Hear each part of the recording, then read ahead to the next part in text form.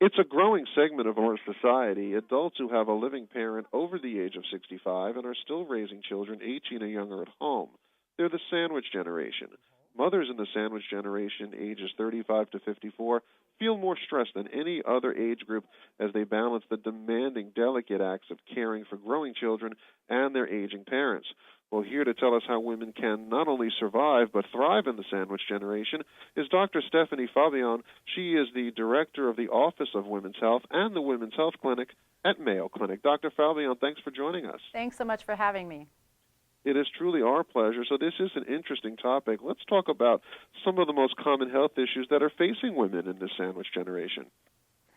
Well, women in this generation, so the 35 to 54 age group, as you said, they're dealing with younger children at home, while they're at the same time they may have aging parents, and that can cause a significant amount of stress. So women are also dealing with other health issues such as trouble sleeping, that bothersome problem with weight gain in midlife, and even perimenopausal and menopausal hormonal changes, which include hot flashes and night sweats, as well as some mood changes and irritability are common for this age group. Doctor, tell us, what are some tips that women in this phase of life, how can they manage their perimenopause and menopause? So tips and tricks for managing those hot flashes and night sweats in perimenopause and menopause include avoiding triggers. So we know that some things cause hot flashes or can trigger the hot flashes and night sweats, and those include caffeine, alcohol, tobacco, and a big one is stress. So stress management techniques like taking a Tai Chi class or a yoga class, using acupuncture, meditation, those things can be helpful. Even some deep breathing exercises can be really useful. Also dressing in layers, so you can take a layer off when you start to sweat and put it back on if you get chilled. Using a fan, using a pillow that you can chill in the freezer at night can be helpful as well. Also exercise, and I know you've heard exercise can help with everything, but it really does indeed help with stress, and that can help with hot flashes and night sweats. And maintaining a healthy weight is also a great idea. Doctor, let's talk a little bit about maintaining a healthy personal relationship. How can women do this and maintain their overall health as well? So we know that one of the biggest ways, the most important ways that women can help maintain a healthy relationship is by keeping themselves both physically and emotionally healthy. And stress has a big impact on your emotional and physical health. So ways to relieve stress. So if you're in the moment, things like taking a walk, reading a book, doing some journaling, or even meeting a friend can be useful.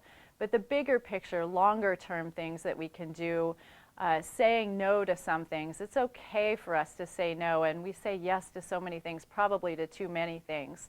Taking a step back and making sure that you're living by your values is important. So if you're not living the way that you would like to, that lines up with the way you want to live, you need to take stock in what you're doing and maybe make some changes. Also, setting boundaries with friends and family members and colleagues at work is important. For example, you don't have to answer work emails all weekend long. So those are some tips for maintaining healthier relationships during this time. I know a lot of women in this phase of life also have issues with sleep deprivation. Tell us how we can attack that problem. Sleep can be a big problem for women of this generation. So insomnia is one of those issues, and that is trouble getting to sleep, trouble staying asleep, and maybe waking up too early. And some of the things that we can do to help that include what we call sleep hygiene. So that is making sure that you have enough time in bed for sleep, and we recommend between 7 and 9 hours a night, and many of us really don't get that. But also making sure that the room is cool and dark, and the bedroom is really for sex and for sleep. It's not for technology, so keeping technology out of the bedroom can be helpful as well. That's certainly some great advice. Let's talk finally, before we let you go, about weight gain. Women have a problem with this when they get to this period of their lives. What can they do to keep weight under control? Yes, weight can be a huge issue for this age group here. So several things are working against us. One is the fact that our metabolic rate probably slows a little bit with both menopause and with aging. We also tend to move less around this time frame, and every little bit of fat that we have seems to migrate to the midsection, so it can be very frustrating for women. So some of the things that we can do is keep track of calories in and calories out. So using an activity tracker to monitor steps and activity can be helpful.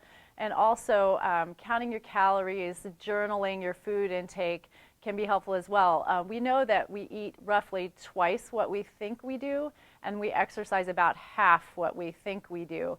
So keeping track of these can help us find that new balance, which is sometimes difficult. Doctor, some great advice before we let you go. Where can our viewers go for more information? A great place to go for more information is mayoclinic.org. We have information up on many of these topics as well as other topics that are concerning women in this generation. Well, Dr. Stephanie Fabian with some great tips to help women survive and thrive as they go through the sandwich generation. Thanks for taking the time today. It was my pleasure. Thank you.